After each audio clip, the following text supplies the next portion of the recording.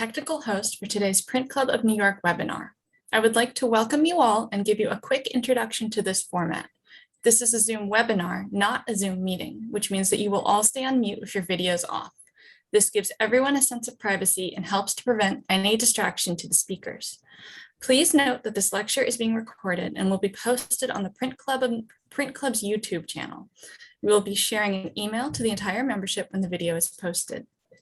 If you have any questions during the presentation, please write them in the Q&A box in the lower center of your screen. We encourage you to write the questions as you think of them so that the speaker can immediately begin answering your questions after the talk. Don't hold on to your questions. You can submit questions anonymously or with your name attached. Please just check the Post Anonymously button if you would like to do so.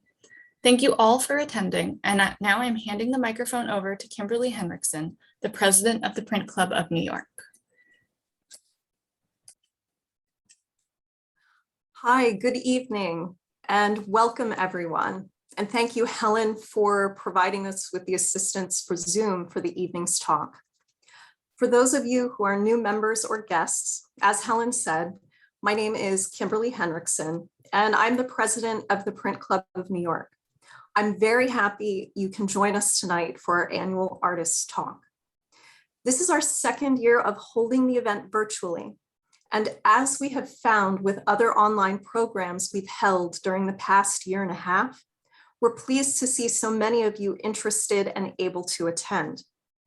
While we are all eager for an end to the pandemic, we recognize the increased access online programs permit, and so we continue to take that into consideration as we plan for future events. As we did last year, we'll be recording tonight's Artist Talk and making that video available on our website for anyone who wishes to view it again or for those who were not able to attend. This evening's talk accompanies the release of our annual presentation print, which will be issued to members for the 2021 to 2022 membership year and is our 30th annual print.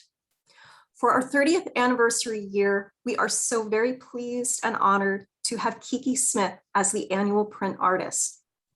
The annual print is one of the many benefits of membership in the Print Club of New York, which encourages collectors and print enthusiasts to continue learning about both modern and historic printmaking and print artists through lectures, exhibition tours, discussions, and online visits and on-site visits to print shops, galleries, and artist studios.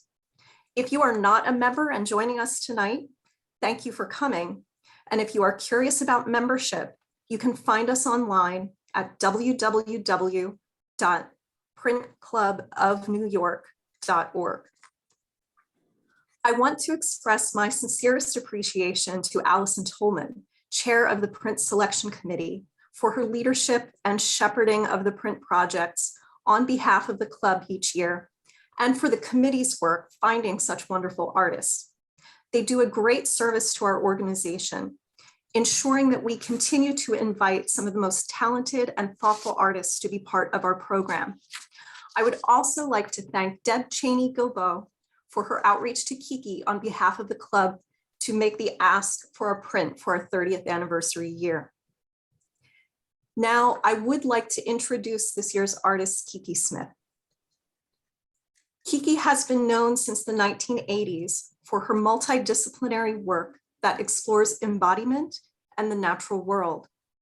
She uses a broad variety of materials to continuously expand and evolve a body of work that includes sculpture, printmaking, photography, drawing, and textiles. Smith has been the subject of numerous solo exhibitions worldwide, including over 25 museum exhibitions. Her work has been featured at 5 Venice Biennales, and she has participated in the Whitney Biennial 3 times in the past decade. She is a member of the American Academy of Arts and Letters and the American Academy of Arts and Sciences, and in 2017 was awarded the title of Honorary Royal Academician by the Royal Academy of Arts in London. Smith received the Skowhegan Medal for Sculpture in 2000, the Athena Award for Excellence in Printmaking from the Rhode Island School of Design in 2005, the 50th Edward McDowell Medal from the McDowell Colony in 2009, and the 2013 US Department of State Medal of Arts. Smith's work is in numerous prominent museum collections, including in New York, the Museum of Modern Art, the Whitney Museum of American Art, the Solomon R. Guggenheim Museum, the Metropolitan Museum of Art, as well as the Walker Arts Center in Minneapolis, the Museum of Contemporary Art, Los Angeles, and many others. On a personal note, my first exposure to her work came about through an undergraduate art history class. My classmates and I were shown her bronze sculpture, Lilith, a recent work at that time, now in the collection at MoMA. It caught my attention with its unconventional perspective and unsettling lifelike gaze, challenging my association to the figure via an unexpected and irrational discomfort, and I loved it. The figure prompted a myriad of questions completely outside of the traditional one of just figuring out who does the figure represent, but also prompting the question of whether I arrive with or without judgment, among many others. That requirement for additional thinking on the part of the viewer really means something to me. And I think we'll all be interested in seeing what questions may come to mind, and maybe even some answers tonight, in the print Kiki has made for the club. And now it is my great pleasure to welcome Kiki Smith. Thank you. Hello. It's very weird to be, now I'm like disembodied, but don't see anybody. Most of the Zooms you see someone. My name's Kiki Smith. I'm an artist and a printmaker, and I'm very, maybe I can turn that like that, then the light won't be in your eyes. I'm very fond of printmaking, and it is a very, as I have an etching needle in my hand right now, I'm sitting in etching probably while I'm talking, that, you know, it's a really prominent part of my work, and one that I am very committed to printmaking and being a printmaking teacher with Valerie Hammond. We're, you know, what do you call it? Adjunct professors at NYU. I think I've probably been there about 25 years, and Columbia maybe about 20 years or something. And she and I team teach together. So we're like a good cop, bad cop. And it's very successful. So like I have a big investment in the continuation of printmaking. And for me, it has over the years become more and more really a prevalent base for everything I'm doing in some very convoluted way. So I thought I would show you pictures of how I arrived at this print that I made for you, and then also then I stuck in some others. So you know, of how I'm turning things, you know, it's a little bit like I'm cannibalizing my work or turning it over and over and over again, so that it can keep revealing different facets. And I'm also, I have to say, a very egocentric, crazy person. So just take it as it comes. Let it roll off your shoulder if I say anything that sounds too weird, but it's just the way it goes. So maybe you could show the first picture. So I was asked in, I don't know whenever this was, something in the late 90s, you know, maybe about 95 or probably 96,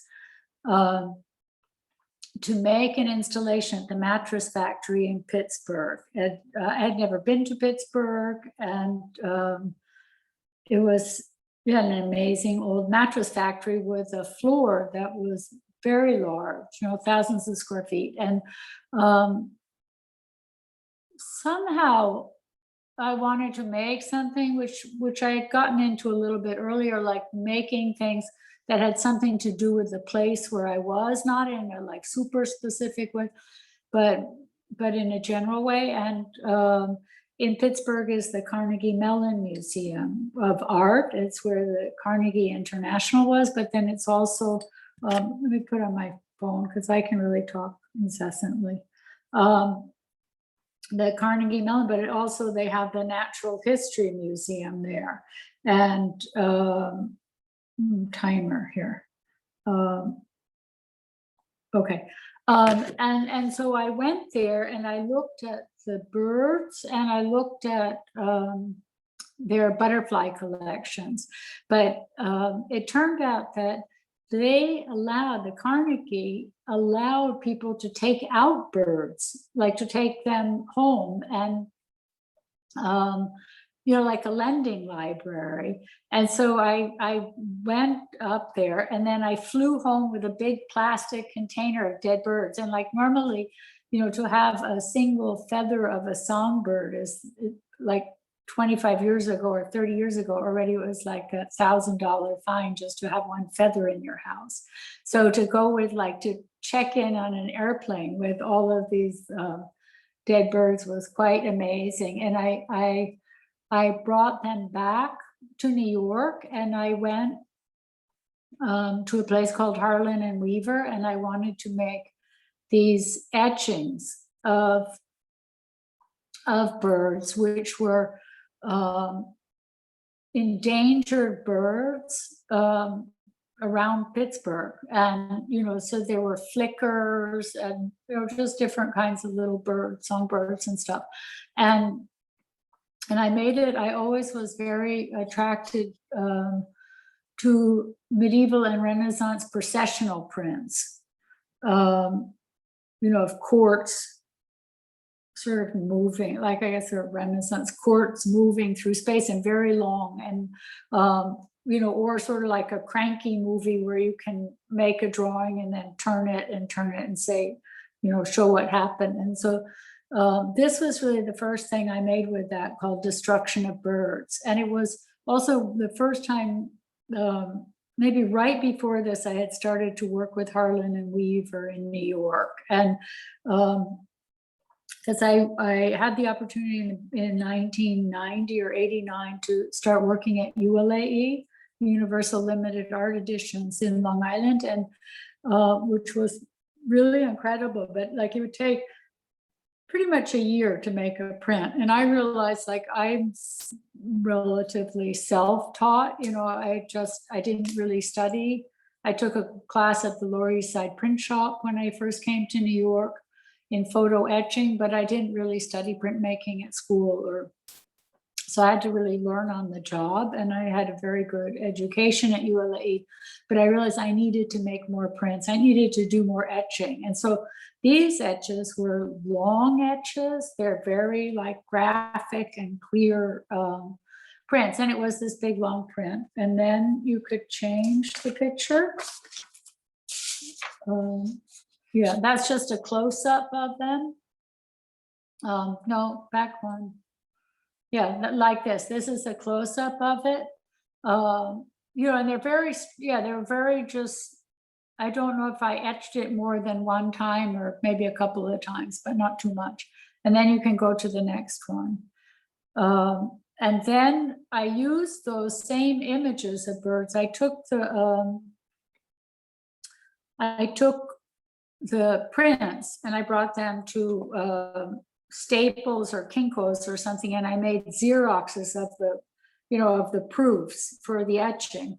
And then at the Fabric Workshop, we made silk screens, and they made these blankets of birds, and like flight mounds or burial mounds, kind of something in between. I don't, this is where I'm very convoluted. I went to Morocco probably 10 years before this, or maybe 20 years, I don't know, but and first saw tapestries on walls, and the idea of tapestries blanketing a wall and keeping a wall warm, because in the desert people moving, but also in medieval and Renaissance tapestries, this idea of quilting and protecting space somehow. A lot of that comes up a lot in my work in some weird way.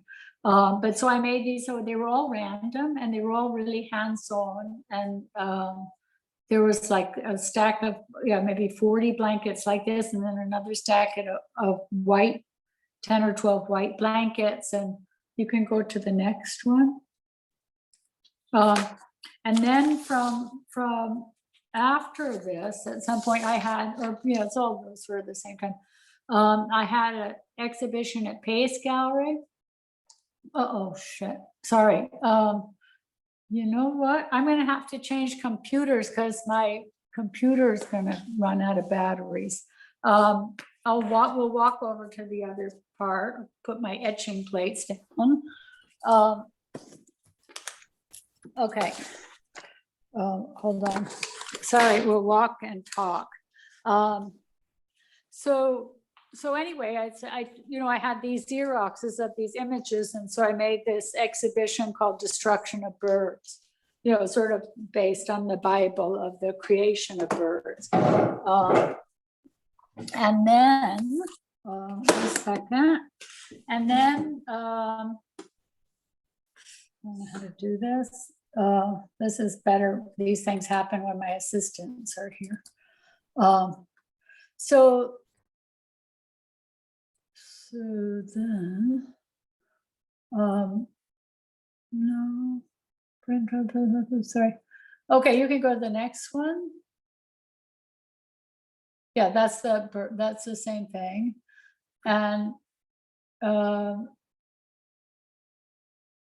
then you can go to the next one here. I just found it. Open. Oh, this is just a little in between one. This was the second one. This was also, I went back to Carnegie. Okay, join. Okay. Excuse me, Kiki? Yeah. Could you move Yeah. your hand? You have your hand in front of the. Yeah. All right, thank Join you. with computer audio. Progress. Continue. Okay. Now I'll turn this one off. Sorry. Is it okay now? Yeah, it's great. Okay, good. So anyway, yeah, this was more things that I went and drew at Carnegie. After I did that, I ended up having a show at the Carnegie Museum of Art. And this was one of the things I did. I made, drawings of, no, they were just small things. Anyway, skip that one. Go to the next one. So this is what I made from those little Xerox prints. Is that then I took Xeroxes, and I don't know if these were the first things I did like that, or I was already doing things like that, but I made the Xeroxes, and from the Xeroxes I made rubber stamps, and from the rubber stamps I pressed them into clay, and then I pulled waxes off of them, and then I could cast them in bronze. So these are all bronze castings like that. And so for this is the part that to me has really been one of the really essential ways that I've been working, since this time, since the 80s, late 90s or mid 90s or something like that, is taking graphic information and then making it sort of very low relief 3D information, but doing it with rubber stamps and with polymer plates and any kind of relief wood cuts and stuff. So I'll show you. So now you can skip the next picture. That one you can skip. And then this was a year later, after I had made all of those. I was asked to benefit for research initiative for America of benefit for AIDS. And so I took those rubber stamps again and printed them on a piece of paper, and then I cut out the bird's beak and put a little envelope in it, and then stamped it with a stamp seal. And then you can go again. I mean, this is just, the thing is, I think as a printmaker, I couldn't be like a more nerdy person. Printmaking is a really, you know, you have to have this like obsessive sort of perverse interest in process and how things can come into being. And you know, it's they're always taking you into these strange places, and then you just keep turning them and making more and more convoluted things out of what you're doing. So this was, you know, so I made all the dead birds, and then I made the one with the letter, and then I thought, oh, I can really, so I made this print 2005 that I could really animate them. And sometime around this time, I started making, I really liked this paper, and it was when New York Central still existed in New York. And, you know, I would buy, I think 50 sheets at a time. And during the summer, I would make like 100 prints, because also, you know, if you're an artist, very quickly you have to give things for benefits. So, you know, I would just, you know, first I would like give away all my work and everything. You know, I'd go get it framed, and I didn't have any money to pay for frames. And I'd spend all my money paying for the frame, because they'd say, oh, you have to frame your work or something. And then I just thought, I'm not doing that anymore. I'm just doing it where I'm spending the summer, I'm making 100 prints. If somebody wants something, that's what they get. And, you know, and then it seemed more, you know, it was the people who had less monetary, it was, you know, it had less monetary value, but it was more equal. Like you didn't have to be so specific about everything, and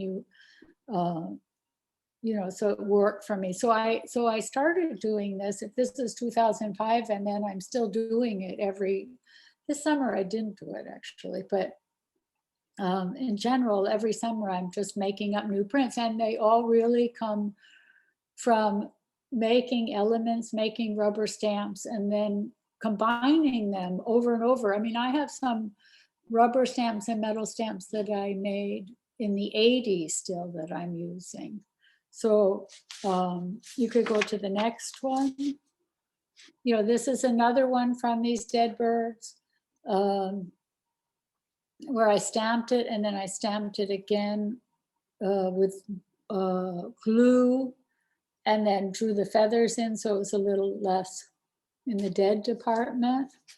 But you know, also to me, what's so nice about making things with rubber stamps is because it always just comes out in some weird way. There's always like a mistake in it. And then you get to go back and redraw on them. So like each one, you're sort of, you know, it's just, you have this matrix, you're going bam, bam, bam, bam. And then you get to sort of personalize each one, or love each one, or make it like a little talisman or something that you know, that you like, because you have to like care about what you're doing. I mean, I had in the 80s, the first things I ever did was learn how to do silkscreen. And a friend taught me how to use silkscreen. I wanted to make, in 1988, we had a show, I was in a group called Collaborative Projects, and we made a show, and I wanted to make t-shirts. And I made t-shirts, and then I graduated to making scarves. And I never really thought about it for making my artwork for a couple of years, but you would always miss, you know, like, because I would just silkscreen on my floor, which wasn't very even or anything, you know, and it's always bleeding out and becoming a mess. And you know, I thought, oh, I can't do anything. I don't know how to do it right and all this stuff. But it was the same time of Malcolm McLaren and Vivienne Westwood, and sort of designing the punk fashion. And so they would make things, and then the screens would bleed, as they always do. And, you know, and supposedly ruin it. And you know, it really taught me that, particularly as an artist, but in general in life, like you get stopped where you want to get stopped. And I thought, like, just bring it on. Okay, it's like a total mess. Now deal with it and fix it. And for me, that was a really, you can just go through the next two, just blip, blip like that. Yeah, that's good. No, and then stop there. No, stop. Those two were on my pages, they weren't together. They were two separate ones. But you know, so that's a big part. I mean, part of making art is that you have an impetus to do something, like for sometimes some deep way or sometimes some incredibly superficial reason or something. And then, and that's just the beginning, but it's really like your interaction with the physical world, with the universe, that something happens. Like it's not only about you or your like sort of knee-jerk reasons for doing things or something, or just, you know, they like for me that I just like sitting and scratching all day long. It's very calming to me. But then something comes out of it that isn't exactly you or the universe. You know, it's some sort of collaboration or marriage between the two. And you know, so that's something also that what's amazing about printmaking is it's an incredibly generous medium, in the sense that many aspects of it you get to readdress. You make a mark, you do something, and then you get to, then, you know, as a process, then you print that, then you get to look at that and contemplate it, and then you get to readdress it.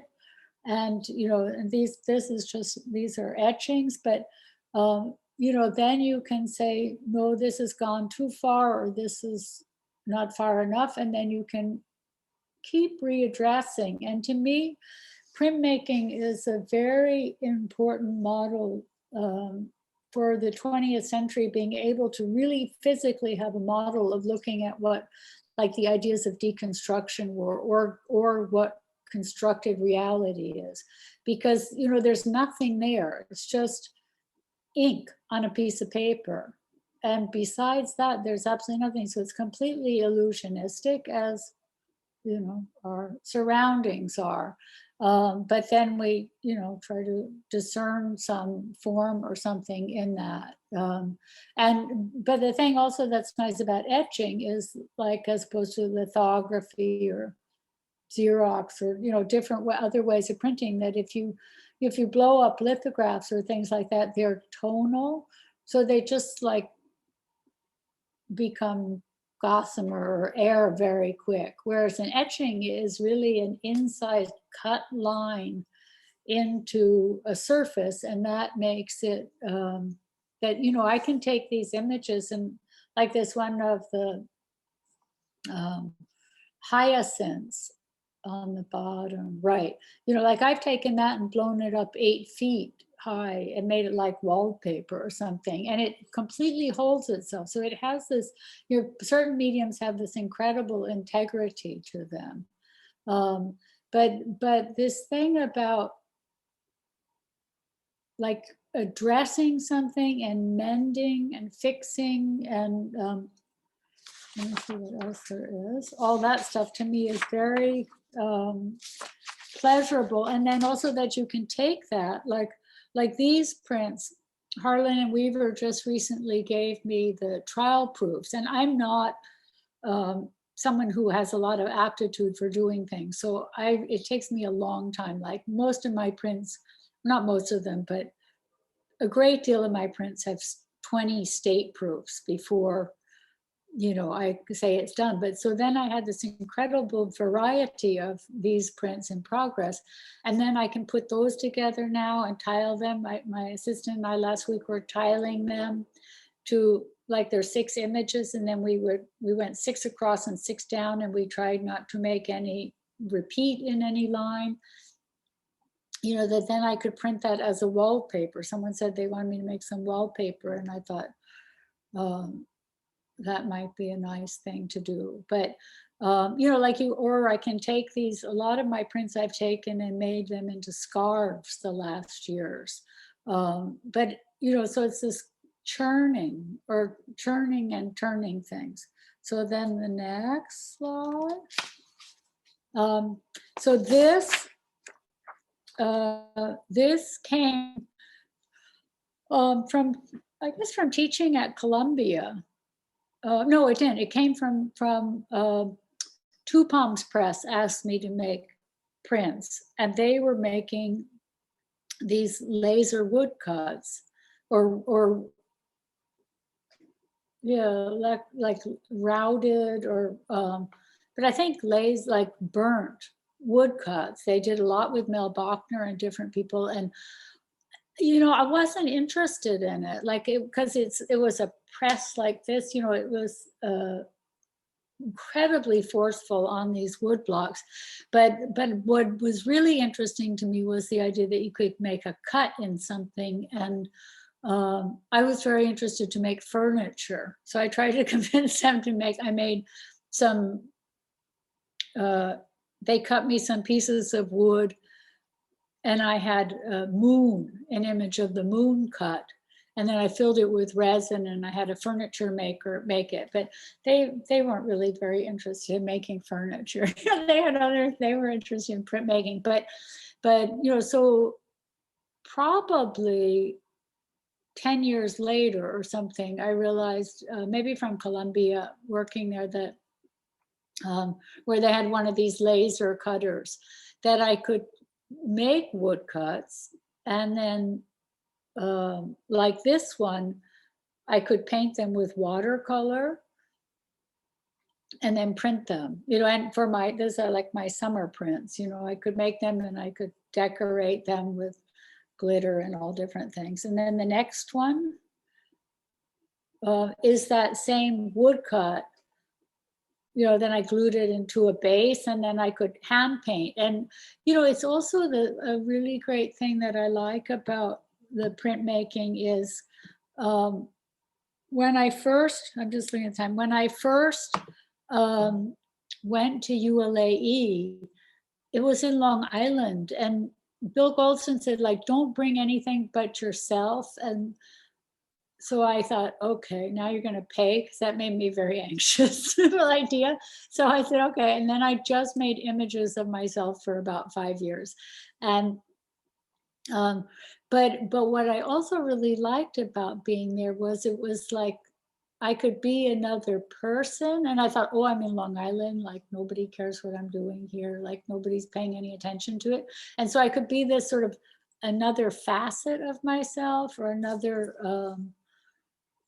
like just some different version, like a print shop or different things like that. I mean, first, it's incredibly amazing when somebody comes and tells you they'll support you making something, because that's what artists live for, much to the chagrin of their families and stuff. We mostly live to have the experience. But in relationship to this, it was like I could now, like, I'm making everything pretty much black and white for 30 years or something. So it's like I could just paint these things and decorate them and make them. And so I made like 15 different hands with hearts, and painted them all different colors. And then I made many other forms, like these sort of small forms like that. Then you could show the next one. And then these are using the same thing. It's using these hands. I made hands holding birds that were made the woodcuts. And instead of making them as, painting them with watercolors and printing them on paper, I made rubbings. And then, where they don't work, or where you're missing fingers and stuff, you can just draw it in. And so the next one, let's see. And this was one of these when I was painting it. It's not really, it wasn't the finished, how it was finished, but it's how it was. So I could make them in these little sculptures, and then the next. And then I could take that and hammer that into clay again, and make, then cut the waxes, then paint wax, and then cut the waxes, and then start making something 3-dimensional. And, my father was the sculptor Tony Smith, and I spent a great deal of my childhood taking flat pieces of paper and folding them into octahedrons and tetrahedrons for him to make the models for his work. And it never occurred to me for 20 years of making things that I was basically doing the exact same thing, that my attraction to this thing about two-dimensionality and three-dimensionality, but the sort of things that sort of teeter between. And, you know, like in European sculpture, you don't have such a history. You have a history of embossment and embellishing metals, but not the way you have it in Asia and Africa, where there's incredibly rich histories of, you know, we tend to think of sculpture and these things are these sort of large, lumpant large forms, more than that they're details or you know, a space for drawing, you know, whereas etching comes out of, you know, the drawing on armor and stuff like that. So you can go to the next one. This is another, that's nice and out of focus, but what are you gonna do?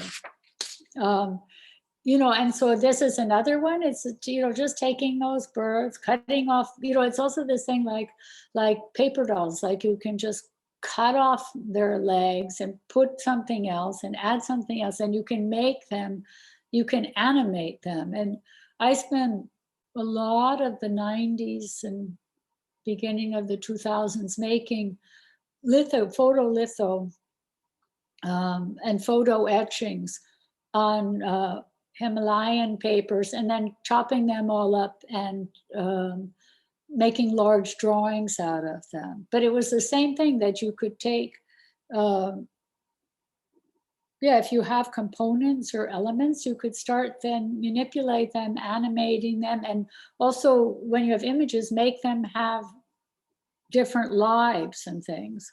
Then the next. This was a proposal for something, but it was the same thing, just taking those little pieces. I don't have, oh, I should have these other ones. Taking those little pieces and then just proposing them, what happens if you blow them up. I was making something in Milan, and instead I ended up making one of two cats, like, so they're about like 8 feet or 7 feet or something like that. But it's the same thing. It's like an etching. It has this integrity of line. And then the wood cutting and all this other stuff sort of adds in this noise that makes something energetic. Okay, the next. And so that's one of the same hands that was holding a bird originally. I just painted with, you know, with my watercolor, the bottom part, and then I had a little, you know, rubber stamp of another bird, and then I put that, and then I, you know, and then I could ink it up again and put the wings, that is sort of just a light, and then hand color them. And, you know, the thing to me is that also for me, I much less now than when I was younger, but I needed to like do something all the time, you know, be active all the time. Like I used to carry my waxes on the subway, I'd be working, or go to dinner parties, I'd be, you know, doing something or other, making jewelry, or just doing like I just had to move. And now I'm more tired, so I don't need to move as much. But so things like this are really great, because you just make a lot, and then you have to keep fixing them and keep, Chuck Close always talked about his work about being like, you know, playing golf, like you make a very broad stroke and then a more specific one and then more specific. And, you know, that's the thing that's really nice, is to be able to dress up or embellish or care to something. So you could go to the next one. This is just a different print. And this is at teaching. I think the first couple of years of teaching, I just, you know, you have to make demonstrations of things, and I just, you know, made a demonstration or something. But I think at a certain point that changed, where I started using my demo plates to actually make prints, like following them through to fruition. And, this was one by just putting originally hard ground on a plate and then using that as a stop out. So the clouds were all made like just going like that with the hard ground. But, and also for students, I think it's really important to have them have an example of artists that are really want to bring things to fruition, like that it's consequent. It's not just like you do an exercise and that's over. Like they have to see you like working and struggling on these things. And this was soft ground with the land was all, the rock parts were all made from just pressing the Bounty paper towels into the soft ground. And you are putting fingerprints on the plate. And so I think the thing is that in teaching or in working in print shops, you're always discovering and turning over new ways to work, and also always being influenced both by other artists in the print shop and or the students. That it's very symbiotic, beneficial, mutually beneficial relationship. And then also like with my friend Valerie Hammond, we're always pushing one another. So the next one, I'll stop talking soon. So this is another one of these cutouts, that's painted, and then I can show you another one. And these came from totally other drawings that I had made. That's another one of the cutouts. Then another. These are throwbacks to the hands, to taking these hands from the birds or hands from anything and putting them together. Those are rubbings. And then the next one. Oh yeah, that's another one of these metal things. I mean, that I made in metal and then leafed it. Then the next. No, that's why I want to show these head ones. So the wood part, like the head is just the head, and then it had this speaking coming out of it or breath coming out of it, and then I can extend it. You can make a drawing, but you can make each one the same thing, like each one different. And the next, that's another one, and then the next. That's another. These things are really out of focus, but so that's one. That's one, and then I, where I pressed the wood into clay, and then I pressed it again and cut out parts and added them and made them 3-dimensional.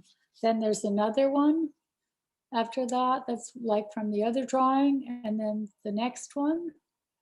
Yeah, so then that's the same thing. Like I took those wood cutouts and scanned it.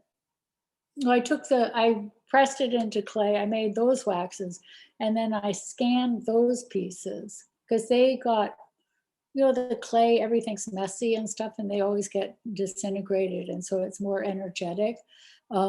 And then I made this, this is like 7 feet tall or something like that. So, but it comes from, just making a drawing, making then making a drawing on Arch's cover paper or something, and then copying that onto film or something, vectorizing it, working on it in the computer, then cutting it, then doing it. So it's each time you're sort of stepping on something to make something. And then the next one, also completely out of focus. In my picture, it's not out of focus, but I guess it takes a while to come in. And then this is the same thing. These were drawings of sort of self-portrait I'd made. And then I was making Capricorns for an exhibition in Greece, and because I was on a little island in Hydra, and they had goats and they had fish. So I made a Capricorns to span the two spaces of the sea and the sky. And so that the top part is a woodcut, and then the other parts I drew into clay or pressed into clay or made these, making prints, making impressions in the clay and then casting that. And then the next one this was from the drawing that I had made. And then I took those drawings and made these rubbings, from the wood, from the laser cut wood. I made the drawings and then printed a bunch of them, and then made this as a collaboration with, sorry, my stepson just came back from the wild, and made I made a collaboration with ULAE. And so they put on these, it's like holographic paper. So when you look at it, every time you move, it's changing color and different things. And then the next, we're getting down to the end. This is just another, like on the same paper, that I made your print. So that's just, I just cropped the image, and then with these I could go and paint marks on with silver, and leaf it. Then you can go the next. These ones you can just go through, but it's using a piece of wood that I cast, and then it's the same thing, like I just keep turning it into from one thing. This was in Greece and this was in Greece as a basin.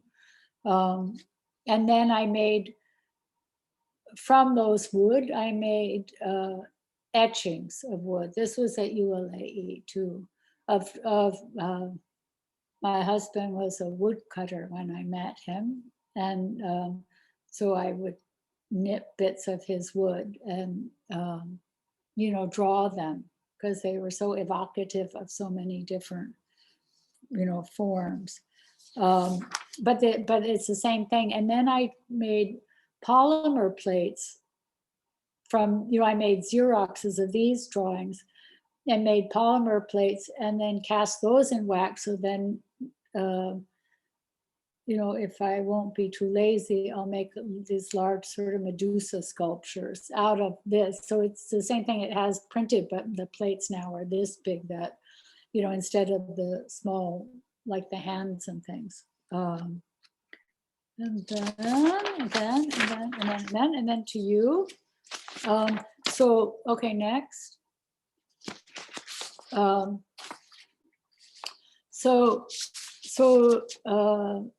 I was in Europe last fall, and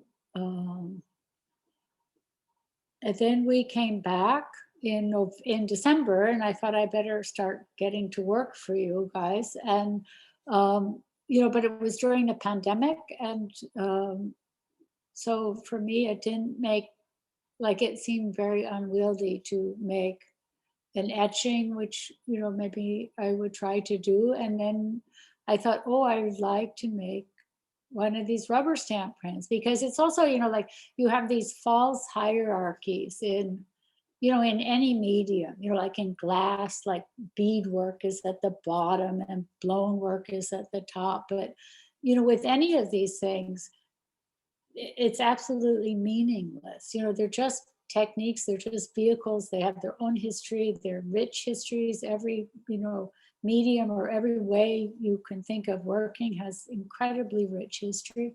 And and for this, I thought, since I had to make so many of them, I really like that each one is nuanced. Like, if I wasn't, I just thought now that I should have photographed each one and made like a little pixelated movie of them all flying about. And then I thought it's nice to make it yellow, red, and blue. And, I first thought, I'll just make it yellow, make it a red breast, put the heads on. And they were all from different birds, from the rubber stamps that I made 20 years ago. But then each layer I go, no, I need one more, I need another. And so like each one I think was 3, 4, 6, 7, I think, at least about 12 or 13 times stamped. I'd have to go back in and add a little bit or do, a little, and so I just started the process and didn't quite know where I was going with it. Oh, that's 40 minutes I talked. So I thought I could only talk about 5 seconds, but so I like, to me, it's always, I remember maybe in the 80s or 90s, they invented Cabbage Patch dolls, and it was this idea that each child could have a doll and each doll was different. And I thought, but manufacturing is about sameness, and printmaking can sort of fall in these extremes, like in the 1800s and early 1900s, like this idea of uniformity. I mean, it really comes from mechanization and industrial revolution, this idea of things being the same, because printmakers didn't make them the same. It's like if you look at Bonnard's prints or Munch's prints, or people were changing the colors of things all day long. They just changed colors, compositions, they'd add things, they'd take away things. It wasn't this idea of this sort of fixed notion, like this all looks alike. And to me, that's one of the really, I think printmaking is a radical medium, but it's one that is extremely open. And so as an artist, it's just to keep moving in it and seeing what it affords you and what is inspiring or engaging with it. So maybe I'll shut up now. Thank you.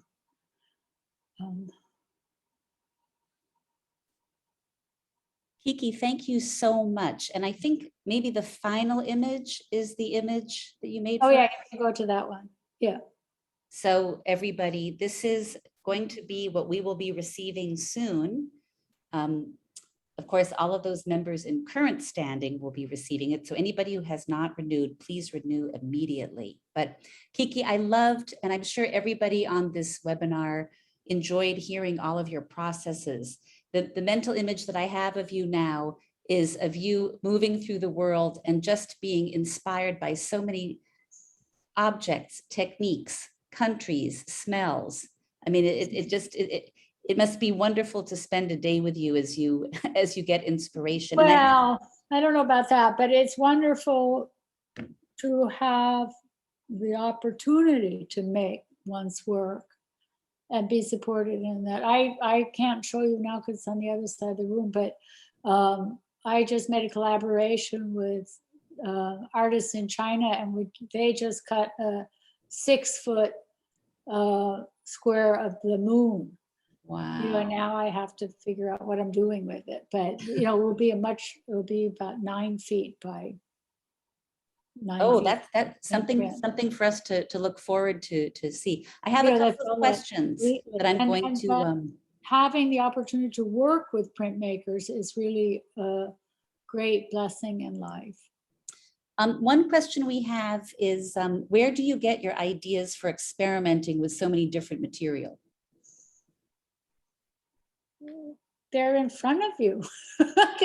they're just, you just see something, or, sometimes you can make up, sometimes you make up things that other people have made up, like you figure out things on your own, like from some spontaneous intervention of the universe into you. But often it's from seeing how people have made things and looking at prints. Like, I'm a really big advocate of going to the print fairs or the work on paper fairs or the different fairs, because you can look at things up close, you can touch them up close, you can ask people questions, all those things. I think also the auction houses, I don't know what's happening with anything now, but when I was younger, I was incredibly intimidated to go into auction houses and ask things. But you understand that there is momentary space between ownership, and you can like, get out your binoculars or look under the furniture, and you can learn about how the processes of how people have made things and how rich those histories are. And but also looking at what other artists are doing, and for me, looking at my students, like the things that they know about, that I just know, they're like in a completely other world I know nothing about. And so everywhere. Do you have a favorite print technique? to work? I mean, I would say I like etching a lot, because I like, now I'm making etchings on plexiglass that I'll make into cyanotypes, but I like etching. I mean, I think etching is, it's also something that you can spend your life learning about. But I realized that actually rubber stamps and making these graphic drawing. I mean, I started out doing silkscreen and stuff, but I've made more work using rubber stamps than practically any. I mean, and more sculpture from that, or this thing of pressing something. I mean, I like everything, but etching, I liked it because it really gets to be yours in such a deep way, like, and you can, I'm a big burnisher and scraper too. Like I love, like making, like going too far and then having to pull it back. But I love lithography, woodcut. I've made some woodcuts, and I'm still, sort of working with that. I like everything. Silk screening, they all have, silk screening can be sort of more rock and roll, and maybe etching is more can be more fussy or brutal in a way that other things aren't. But it's all like an incredible gift to be able to be in a tradition, and also to have something that like I'm a complete nerd. I mean, I sit around with friends and we just sit around talking about like these like incredibly boring things about like what kind of sandpaper you use and stuff, and that everyone else glazes their eyes over. But I think for people that are engaged in it, it's there's nothing more satisfying. Do you write stories or narratives in addition to what you're doing with your prints? No. I used to think of narratives, but I don't anymore. I don't write anymore. Another question is that for touch, you retained or even exploited the small flaws in the metal plates so that they became part of the compositions. Why did you decide to do this? I think I decided because I think when I went to Harlan and Weaver, it was really at the height of them working with Louise Bourgeois, and I sort of came in as wanting them to do contract printing for me. Like they weren't publishing my work, and I think they just had a lot of scratched up copper, and so they proposed that I use that copper. I mean, I don't think that. I mean, I took some photo etching classes at Lower East Side Print Shop when it was in the Lower East Side. But then I made a big print. The first etching I made at ULAE was like, I think about 4 feet by 6 feet practically, or 3 feet by 5 feet or something, of one called Sueño. And they said like, okay, here's a plate, make an etching. And that was a very big plate. But when I really learned at Harlan and Weaver to do the work, and I asked them, somebody recommended them, and I went there, and I really had no experience really working in a print shop like that. And they really put up with me. I mean, because I could work much harder than anybody wants me to. I didn't have children and family at the time, so I had a lot of time on my hands. But so I don't know. Our two final questions are about the print that you made for us. I'm going to ask them at the same time so you can answer them at the same time. One was there an inspiration for using primary colors in our print? And also if the star image has a history behind it, the way you have a history of the bird image in your work. I use both stars and birds a lot. I mean, and the stars, I have a star tattoo on my hand because as a teenager, I wanted to get a tattoo and I didn't really have any idea of what to make for it. I made it myself with the ink and string. And I didn't have any idea what to do. My mother said she had always wanted a star tattoo. So, which, was a very funny idea of my mother wanting a tattoo, but so I made a star tattoo, but I've always used stars a lot. I mean, part of it is also like the architectural use of stars to hold the buildings together in New York. The old buildings, you have these tenement buildings and old, buildings from Civil War, kind of, you have rods that were put through the buildings to hold the bricks in so they didn't collapse. And as a decorative motif, you have these stars. And then I had friends in Germany who made some sculptures of stars, and somehow that was inspiring to me. And I just always have done it. Like the same with birds. I grew up with birds a lot, and what about the pine? What about it means something? What? The primary color in your work? Oh, just because I'm slow with color. I'm like pretty slow. I didn't use color in my. I mean, when I was young, I used color, and then I stopped using color for pretty much over 20 years, I think, except just the material, the color of the material. I really didn't. And it was really going to ULAE that I stopped drawing for practically 20 years. I said, I don't know how to draw. I can't draw. That's like, I'm not that person. But being in a print shop, can be an incredibly emotionally supportive place. And it was for me, and it really allowed me to draw, and it slowly allowed me to make things in color. And also printing like colored etching or any kind of color, this thing of layering the colors, and then the colors are changing and turning into other colors. So it's all like a learning journey. Well, and that's what, as members of the print club, I think that's our journey too, is to learn about people's work. And thank you so much for taking us on your journey through your work. Thank you.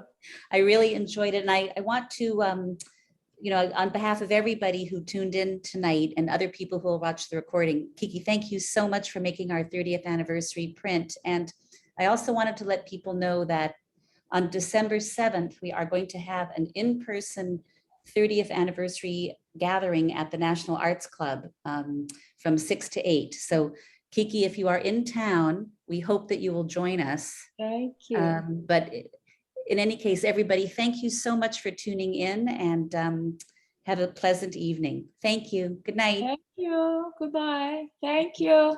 Thank you for your support. Thank you.